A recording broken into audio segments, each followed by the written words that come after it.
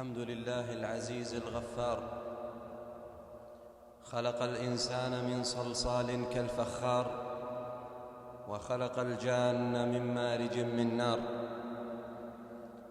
وعد المتقين بالجنة وتوعد العصاة بالنار، أرسى الجبال وأجرى الأنهار، وأنزل الغيث وأنبت الأشجار، وخلق الشمس والقمر وقلب الليل والنهار، لا تدركه الأبصار وهو يدرك الأبصار، العظمة رداؤه والكبرياء له إزار، وصورنا فأحسن صورنا وجعل لنا السمع والأفئدة والأبصار، يحفظ الطيور في الأوكار، ويرزق الأسماك في البحار، ويطعم الوحوش في القفار، وإن تعدوا نعمة الله لا تحصوها إن الإنسان لظلوم كفار. وأشهد أن لا إله إلا الله وحده لا شريك له، وأشهد أن محمدًا عبده ورسوله صلى الله عليه وعلى آله الأطهار وصحابته الأبرار، وسلم تسليمًا كثيرًا إلى يوم الدين. يا أيها الذين آمنوا اتقوا الله حق تقاته ولا تموتن إلا وأنتم مسلمون. يا أيها الناس اتقوا ربكم الذي خلقكم من نفس واحدة وخلق منها زوجها وبث منهما رجالا كثيرا ونساء، واتقوا الله الذي تساءلون به والأرحام إن الله كان عليكم رقيبا. يا أيها الذين آمنوا اتقوا الله وقولوا قولا سديدا يصلح لكم أعمالكم ويغفر لكم ذنوبكم، ومن يطع الله ورسوله فقد فاز فوزا عظيما. أما بعد، فإن خير الحديث كتاب الله، وخير الهدي هدي محمد صلى الله عليه وسلم، وشر الأمور محدثاتها، وكل محدثة بدعة، وكل بدعة ضلالة، وكل ضلالة في النار. أيها المسلمون، اعلموا رحمكم الله أن الله جل وعلا قد كلف الآباء بتربية أولادهم، وأمرهم بتنشئتهم على طاعته سبحانه، واسترعاهم عليهم، وسيسألهم الله عن رعيتهم يوم القيامة. قال صلى الله عليه وسلم: إن الله سائل كل راع عما استرعاه، حفظ أم ضيع، حتى يسأل الرجل عن أهل بيته. وقال الله سبحانه وتعالى: يا أيها الذين آمنوا قوا أنفسكم وأهليكم نارا وقودها الناس والحجارة عليها ملائكة غلاظ شداد لا يعصون الله ما أمرهم ويفعلون ما يؤمرون.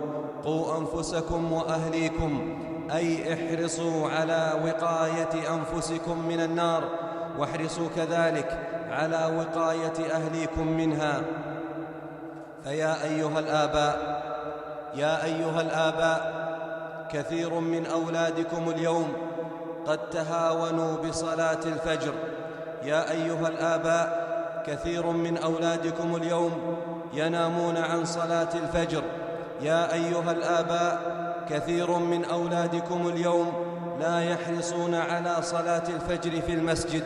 يا أيها الآباء، كثير من أولادكم قد تهاونوا في طاعة الله ووقعوا في معصية الله، وأنتم تتفرجون وكأن الأمر لا يعنيكم، وأنتم تتفرجون وكأن الأمر لا يعنيكم، وأنتم تتجاهلون وكأن الله لن يسألكم، وأنتم تتغافلون وكأن الله لن يحاسبكم.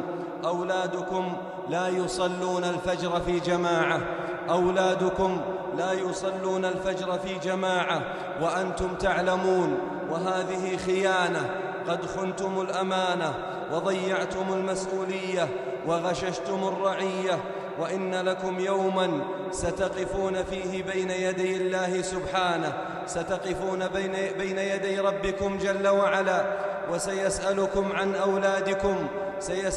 عن أولادكم الذين لا يشهدون صلاة الفجر. سيسألكم الله جل وعلا عن كل صلاة تهاون فيها أبناؤكم سيسألكم الله يوم القيامة عن كل صلاة نام عنها أولادكم، لأنكم أنتم المسؤولون عنهم، لأنكم أنتم المحاسبون على تقصيرهم. قال صلى الله عليه وسلم: مروا أولادكم بالصلاة وهم أبناء 7 سنين واضربوهم عليها وهم أبناء 10 سنين. يا أيها الآباء، الأبناء أمانة. يا أيها الآباء، الأبناء أمانة.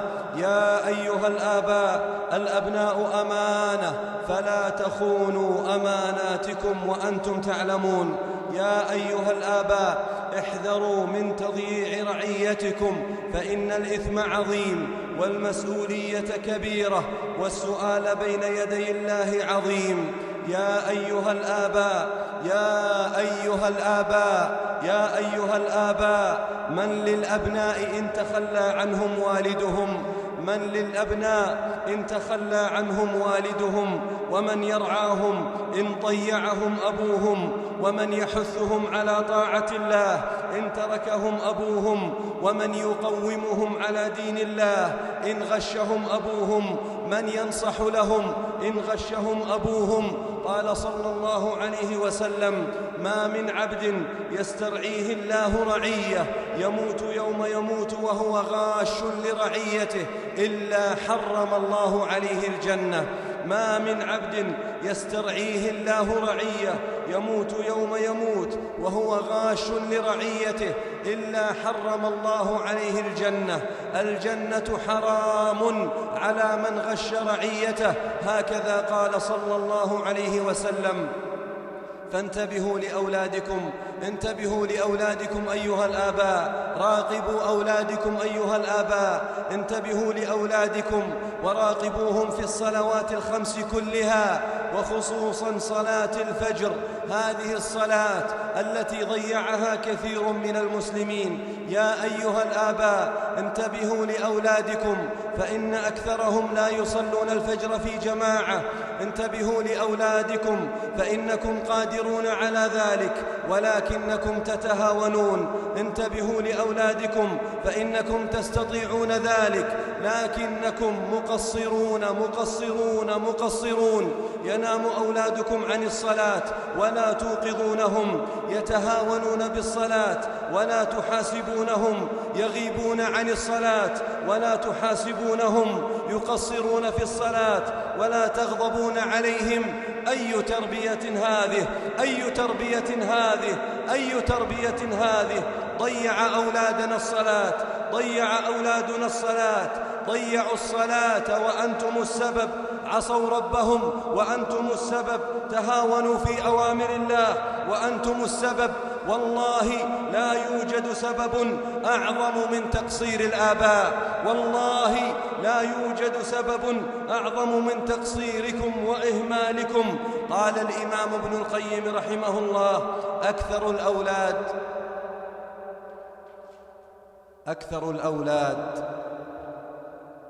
الأولاد إنما جاء فسادهم من قبل آبائهم. قال ابن القيم رحمه الله: أكثر الأولاد إنما جاء فسادهم من جهة آبائهم. أكثر الأولاد إنما جاء فسادهم من جهة آبائهم وإهمالهم لهم وترك تعليمهم فرائض الدين وسننه، فأضاعوهم صغارا ولم ينتفعوا كبارا. وقال صلى الله عليه وسلم: وإن لولدك عليك حقا، وإن لولدك عليك حقا. وقال عليه الصلاة والسلام: والرجل راع في أهله وهو مسؤول عن رعيته، مسؤول عن رعيته يوم القيامة. أيها الآباء، إن حث الأولاد على الصلاة وإلزامهم بها من أعظم مسؤولياتكم في هذه الحياة الدنيا، ومن أهم واجباتكم في هذه الحياة الدنيا، فقوموا بما أوجبه الله عليكم. واعلموا رحمكم الله أن الحرص على إصلاح الأولاد له ثمرات عظيمة. اعلموا أن الحرص والمجاهدة على إصلاح الأولاد له ثمرات عظيمة في الدنيا والآخرة، لا ينبغي للعاقل أن يغفل عنها. فمن هذه الثمرات احتساب الأجر في تعويدهم على الصلاة، فإن لكم أيها الآباء مثل أجورهم وأجور من تبعهم إلى يوم القيامة. قال صلى الله عليه وسلم: من دل على خير فله مثل أجر فاعله. وقال صلى الله عليه وسلم: من دعا إلى هدى كان له من الأجر مثل أجور من تبعه لا ينقص ذلك من أجورهم شيئا. ومن هذه الثمرات يا أيها الآباء براءة ذمتكم أمام الله يوم القيامة، والخروج من إثم التقصير في حقهم. فينبغي للعاقل أن يبرئ ذمته الآن ما دام في زمن المهلة. ومن هذه الثمرات أيها الآباء أن تنشئة الولد على الصلاح ستعود على أبيه بالخير العظيم يوم القيامة. فمن أعظم الذخائر للمسلم يوم القيامة أن يكون له ولد صالح في الدنيا. قال صلى الله عليه وسلم: إذا مات ابن آدم انقطع عمله إلا من ثلاث: صدقة جارية، أو علم ينتفع به، أو ولد صالح يدعو له. أسأل الله تعالى أن يعيننا وإياكم على القيام بمسؤولياتنا وأن يصلح ذرياتنا، إنه جواد كريم. أقول قولي هذا وأستغفر الله لي ولكم ولسائر المسلمين من كل ذنب وخطيئة، فاستغفروه إنه هو الغفور الرحيم.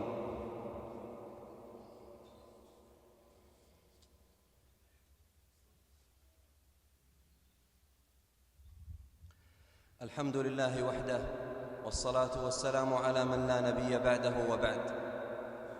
أيها المسلمون، الصلاة أمرها عظيم، والتهاون فيها إثم عظيم وذنب كبير. وقد جعل النبي صلى الله عليه وسلم الصلاة فارقة بين أهل الإسلام وأهل الكفر، فقال عليه الصلاة والسلام: العهد الذي بيننا وبينهم الصلاة، فمن تركها فقد كفر. وأخبر صلى الله عليه وسلم أن من لم يحافظ على الصلاة فإن الله سيحشره يوم القيامة مع صناديد الكفر في نار جهنم. قال عليه الصلاة والسلام: من حافظ عليها، أي الصلاة، كانت له نورا وبرهانا ونجاة يوم القيامة. ومن لم يحافظ عليها اسمع يا من ضيعت صلاة الفجر. ومن لم يحافظ عليها اسمع يا من تهاونت في صلاة الفجر. ومن لم يحافظ عليها اسمع يا من قصرت في صلاة الفجر.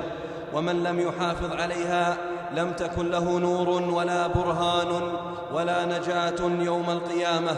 وحشر يوم القيامة مع قارون وفرعون وهامان وأبي بن خلف. وقال عليه الصلاة والسلام: أول ما يحاسب به العبد يوم القيامة من عمله صلاته، فإن صلحت فقد أفلح وأنجح، وإن فسدت فقد خاب وخسر. وقد جاء في الحديث الصحيح المروي عن النبي صلى الله عليه وسلم أن الذي ينام عن الصلاة يعذب في قبره عذابا عظيما، فيضرب رأسه بحجر كبير، وهذا عذابه إلى قيام الساعة، وهو الذي ينام عن الصلاة المفروضة. فأدرك نفسك يا من ضيعت صلاة الفجر، أدرك نفسك، فوالله الذي لا إله غيره إنك لعلى خطر عظيم. أدرك نفسك يا من ضيعت صلاة الفجر، والله الذي لا يحلف بغيره إنك لعلى خطر عظيم لو فكرت فيه ما تلذذت بطعام ولا شراب أدرك نفسك يا من ضيعت صلاة الفجر، وأنقذ نفسك من عذاب الله، فلن ينفعك أحد يوم القيامة. أنقذ نفسك من عذاب الله وانضم إلى صفوف المصلين، واحرص على صلاة الفجر في وقتها مع جماعة المسلمين، ولا تعتذر بالنوم فليس لك عذر، ولا تحتج بعدم القدرة فليس معك حجة، وأنت تعلم أنك قادر، وأنت تعلم في قرارة نفسك أنك قادر على القيام لصلاة الفجر، ولكنك لا تريد أن تقوم، لا تريد أن تصليها في المسجد، لا تريد أن تستيقظ من نومك، فأنت متعمد بتركها.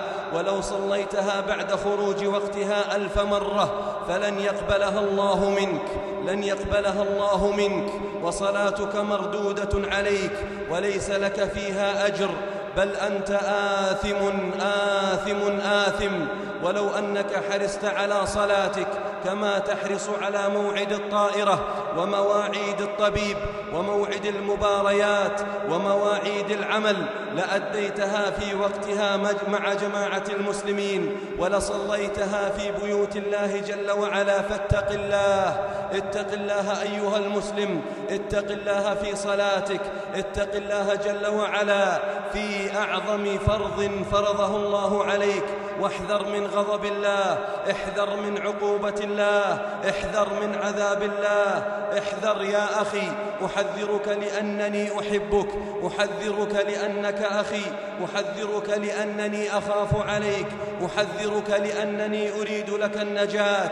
احذر من عقوبة الله جل وعلا، فإن بيده حياتك، وبيده موتك، وبيده صحتك، وبيده رزقك، وهو المتصرف بشؤونك، فلم لا تخشاه؟ هو الذي يدبر أمورك، فلم لا تطيعه في أوامره؟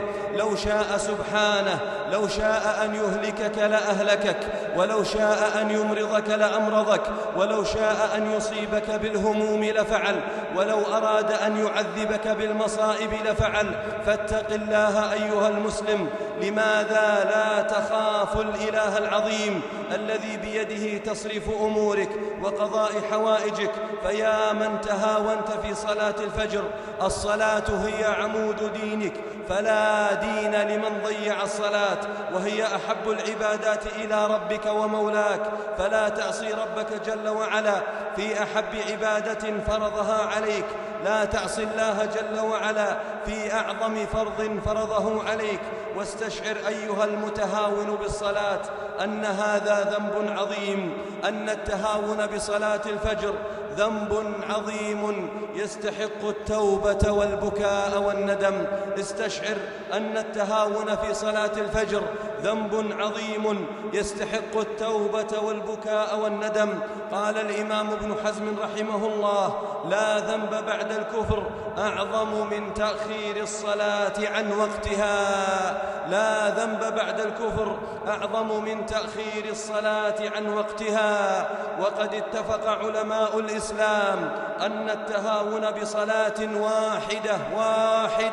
واحدة حتى يخرج وقتها من أكبر الكبائر وأجل العظائم وأعظم الذنوب عند الله. فاحذر يا من تهاونت بصلاة الفجر، احذر يا من تتخلف عن هذه الصلاة التي افترضها الله جل وعلا عليك. واعلم أن باب التوبة مفتوح، اعلم أن معك فرصة، وأن باب التوبة مفتوح، وأن الله يقبل من يقبل عليه. فاحرص رحمك الله على إصلاح علاقتك مع الله، ومن تاب صادقا تاب الله جل وعلا عليه. والموت فجأة، والموت فجأة، والموت فجأة، والأعمال محفوظة في كتاب لا يغادر صغيرة ولا كبيرة إلا أحصاها. اللهم أعنا على ما افترضته علينا يا رب العالمين. اللهم ارزقنا حب الصلاة وتعظيم الصلاة والمحافظة على الصلاة. اللهم اجعل الصلاة قرة أعيننا يا ذا الجلال والإكرام.